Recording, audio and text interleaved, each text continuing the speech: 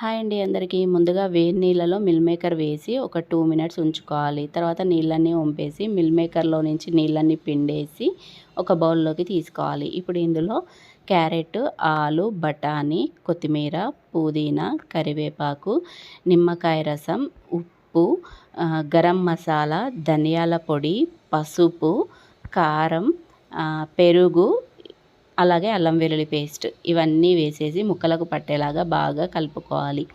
ఆ తర్వాత ఇందులో ఆనియన్ని డీప్ ఫ్రై చేసిన ఆయిల్ ఉంటుంది కదా, అది వేసుకోవాలి. అలాగే ఫ్రైడ్ ఆనియన్ కూడా వేసుకొని మంచిగా కలుపుకొని 1 అవర్ మ్యారినేట్ చేసుకోవాలి. తర్వాత స్టవ్ వెలిగించుకొని వాటర్ పెట్టుకొని అందులో హోల్ గరం మసాలా, ధనియాల పొడి, బిర్యానీ మసాలా, ఉప్పు, కొంచెం ఆయిల్ వేసుకొని ఎసరొచ్చేంత వరకు మరగనివ్వాలి. ఎసరొచ్చిన తర్వాత కడిగి పెట్టుకున్న రైస్ వేసేసి పలుకు మీద తీసుకోవాలి.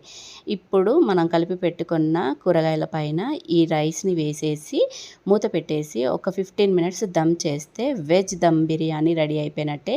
యమ్మీ యమ్మీగా ఉంది, సూపర్గా ఉంది. లైక్ చేయండి.